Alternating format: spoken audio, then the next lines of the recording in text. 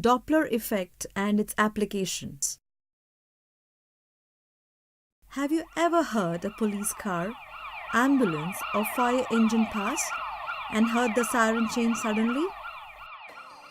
Based on many observations, an Australian physicist and mathematician, J.C. Doppler, proposed the Doppler effect in 1842. According to him, the Doppler effect is the shift in frequency and wavelength of waves which emitted from a source moving with respect to the medium, a receiver moving respect to the medium, or even a moving medium. In this image, we have a ball. Let's pretend it's a fire engine. The fire engine is about to start sounding its siren in a minute. We can see the sound waves propagating towards from the source. This is the sound wave created by the siren. As you can see, it travels in all directions equally.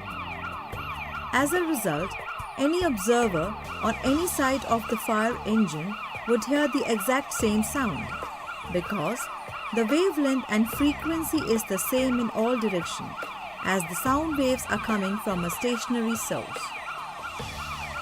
The wavelength is the distance from the crest of one wave to the crest of the next. It can also be true to true. The frequency of a wave is the amount of waves that pass a given point in 1 second. In the case of this video, it is about one wave every 2 seconds.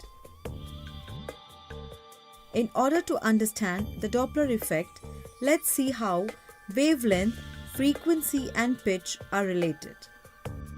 We already know that the frequency of the waves in this video are about 1 every 2 seconds.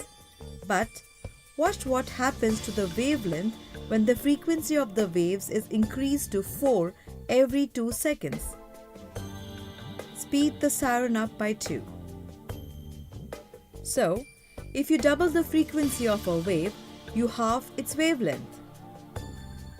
Next up is the relationship between frequency and pitch. It's quite simple. All it says is that the higher the frequency of a wave, the higher the pitch will be. High frequency is equal to high pitch and low frequency is equal to low pitch. So, the relationship between all three is high frequency equals short wavelength equals high pitch. Low frequency equals long wavelength equals low pitch. Now, we can understand the Doppler effect. The Doppler effect explains what happens when the object that is creating the sound begins to move. This time, we will watch the sound waves with the siren muted. As you can see, the sound waves are bouncing up towards the front of the moving object. They are also growing further apart at the back of the moving object.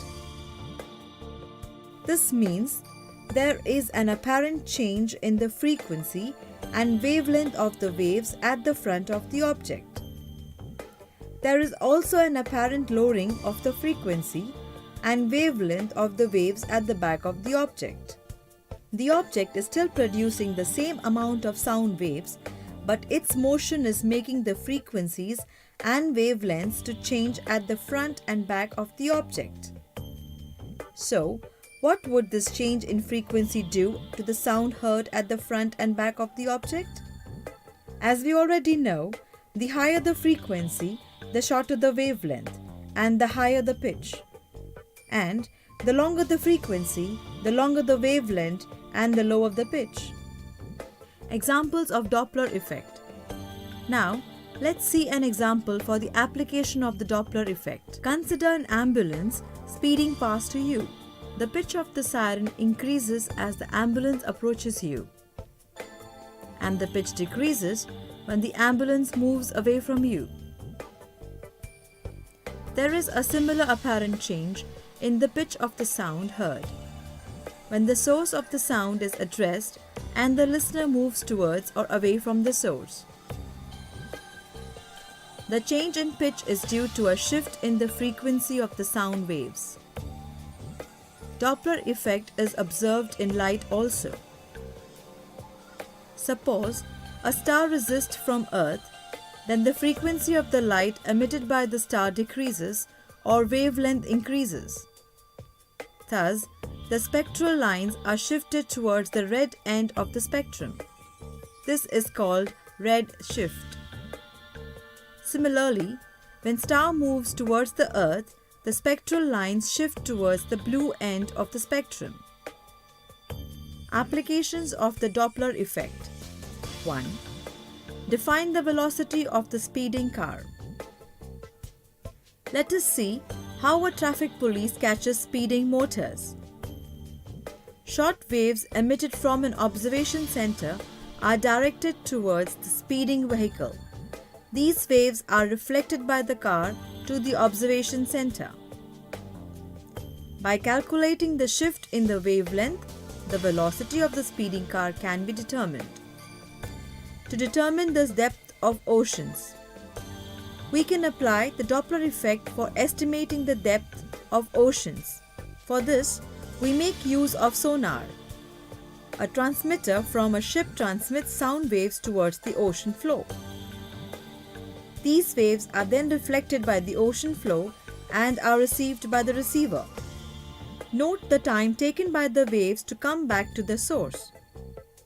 Now, we can estimate the depth of the ocean by using the formula d is equal to v multiplied by t by 2, where v is equal to velocity of the sound waves and t is the time taken. To calculate the speed of astronomical bodies, the Doppler effect of light can be used to measure the speed of stars and galaxies. The spectrum of lights coming from the planets and stars are photographed over a long period.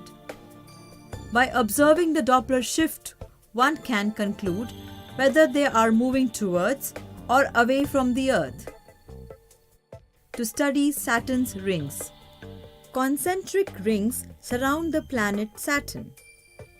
These rings reflect light and are not self-luminous. The Doppler shift of light reveals that the rings are not continuous, but they consist of many particles.